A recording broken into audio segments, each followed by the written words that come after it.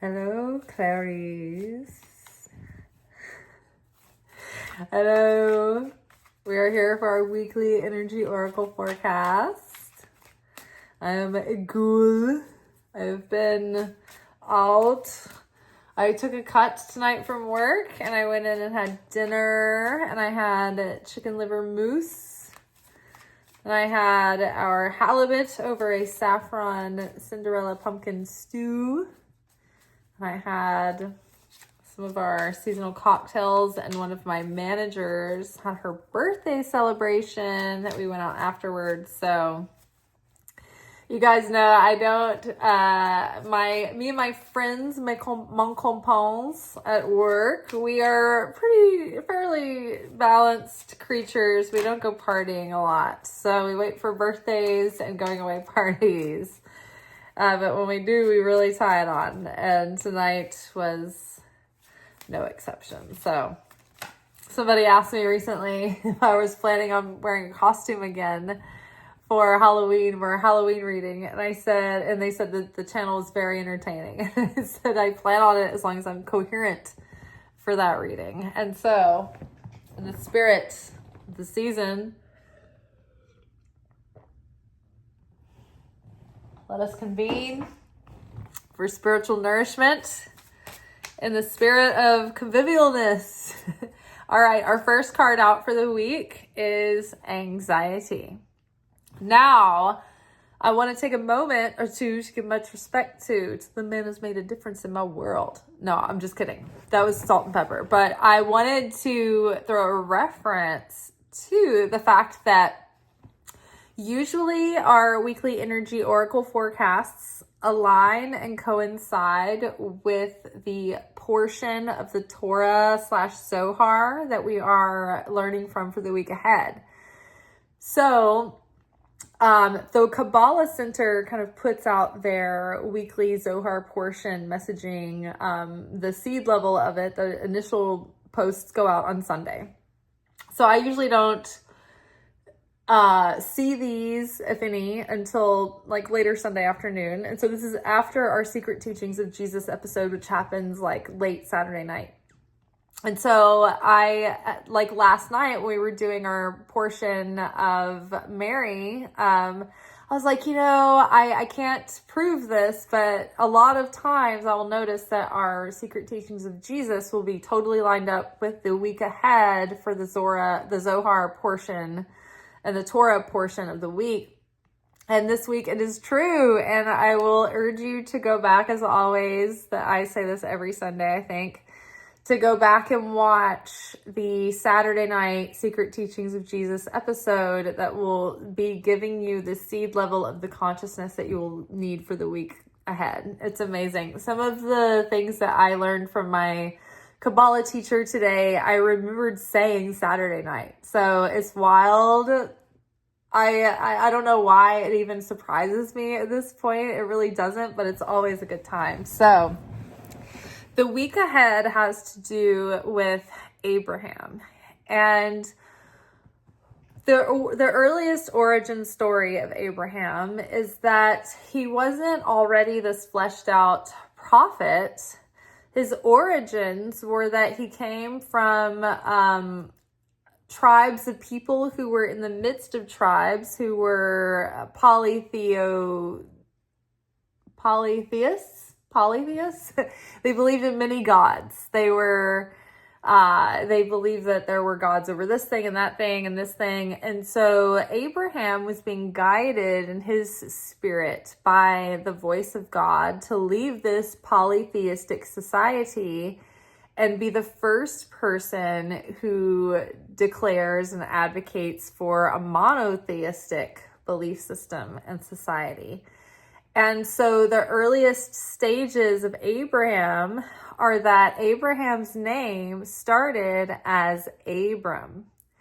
And God called him and said, Abraham, Abraham. And he did this to Noah too. He said, Noah, Noah. And in the scripture, when God calls out to a patriarch like that, and he says their name 2 times in a row, it symbolically suggests that they've been given a second layer of light vestment onto their soul. So at that moment, it's like they are being anointed on a spiritual level where they are given another layer of light to their already, like, to the light that's already emanating. So it gives them sort of like an extra level of power or knowledge or insight, but it blesses that soul with an extra added layer of enhancement and protection, so to speak. Usually this changes this can change the spelling of the name or the name itself. And so Noah stayed the same, but Noah was called twice to signal sort of his next level into his prophethood.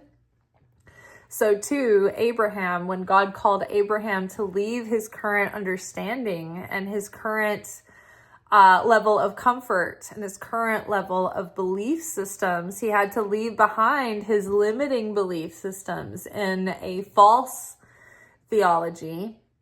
And he had to step out on his own and leave his father's house, leave the belief system and the consciousness level that his father had provided him, and leave that and go outside of it and expand beyond that, and actually awaken beyond what his father was capable of and bring back more concentrated, distilled truth, which would take not only just Abraham, but his father also would go along with him in leaving the tribe that they were with, which worshipped many gods. They were polytheists, and they went on their own to start their own monotheistic society.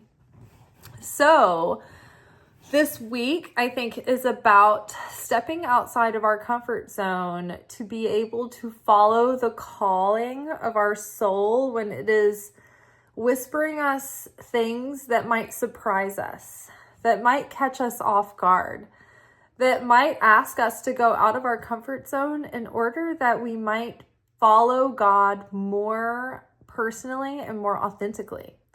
When you look at Abraham's story as it evolves, every time Abraham came to a turning point, he had to overcome his understanding of himself and life and morality and ethics, and go outside of them and stretch himself to create something new, to set a new bar, or to put his faith out on a limb and trust and be willing to give of himself, even if it went against his own nature, right?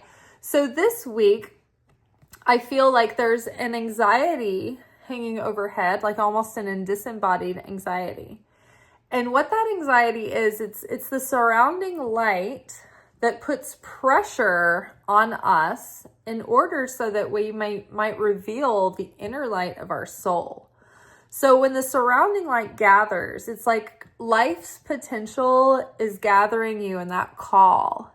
Abraham, leave the village. Abraham, come on this journey. It's the call of the hero's journey, right?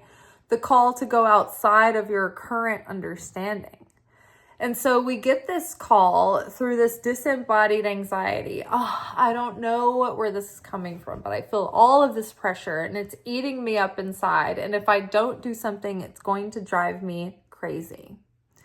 And so that's what happens when we have this unrealized potential. We get into this state of disembodied anxiety, and it starts to like fester into self-loathing and self-destruction if we don't utilize it and channel it with intention towards something good and productive. So if we have anxiety this week, just remember that it might be pushing us to evolve outside of our current understanding and do something that might surprise us. And it's not just taking this wild leap of faith that goes against our beliefs, but there might be something specific that's tugging you in a direction or calling you that you might have previously scoffed at or balked at. But when you look at it closer, you see it in a different way. And you're like, this might be the light actually calling me towards something that I just don't understand fully. Imagination. I love this. So this week, just this season in general, the Celts would think of this time of year, the fall, as the time of planting seeds.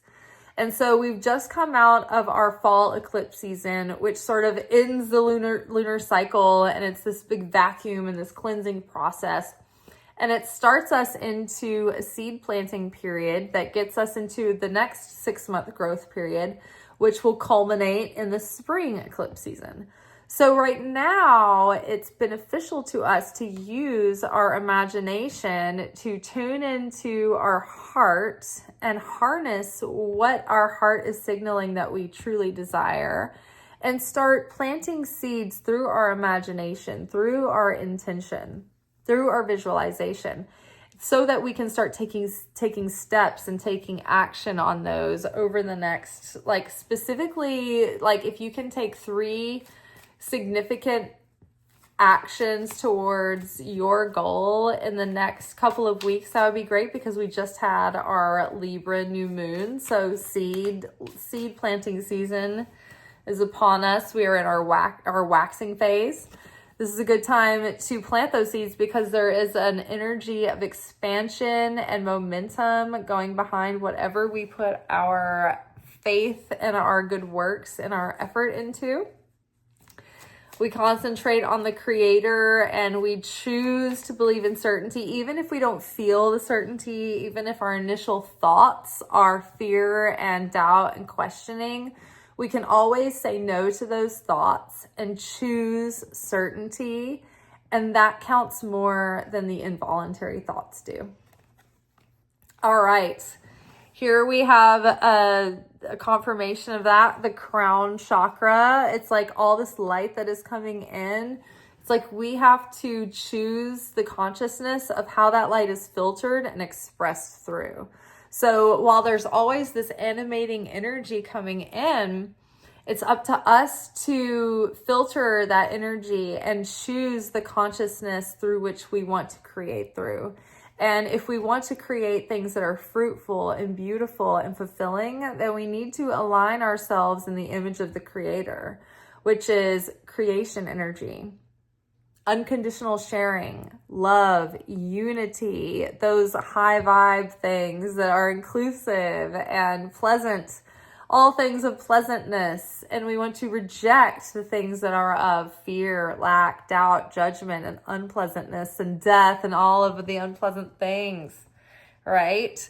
We do not want to be like the Pharisees that Jesus talked about, who were like whitewashed tombs, beautiful on the outside, but on the inside filled with all unpleasantness and uncleanness and dead people's bones, right? It's like that's the ultimate thing that we want to avoid. So we want to let all that life force and all that creator energy come through in our consciousness, and we want to direct that towards the light. And we want to channel that through a consciousness of love. And if we can plant our seeds with a seed level of love and sharing and positivity, then those are the seeds that are going to yield precious and sweet fruits, right? But if we plant seeds in chaos and in despair and in desperation, then we're going to yield fruits of chaos and sour bile bitterness. So there are good things to come. We just have to practice a level of awareness right now, and we have to recognize the anxiety for what it is and channel that disembodied anxiety, which is basically just unharnessed creative potential. And we need to direct that into intention and action and fruitfulness. And then that will alight our imagination, and it will take the imagination that's already been running wild and focus that and utilize it. And then it will expand our prospects and our opportunities giving us a surge of opening in our consciousness, of revelation, of breakthrough. But that will really stem from if we choose to hold and maintain a seed level of love in our consciousness right now. All right, that is all for tonight. We will be back together tomorrow for our weekly anchor message, where we will be getting our spiritual lessons for the week ahead. Until then, peace be with you guys. Ciao.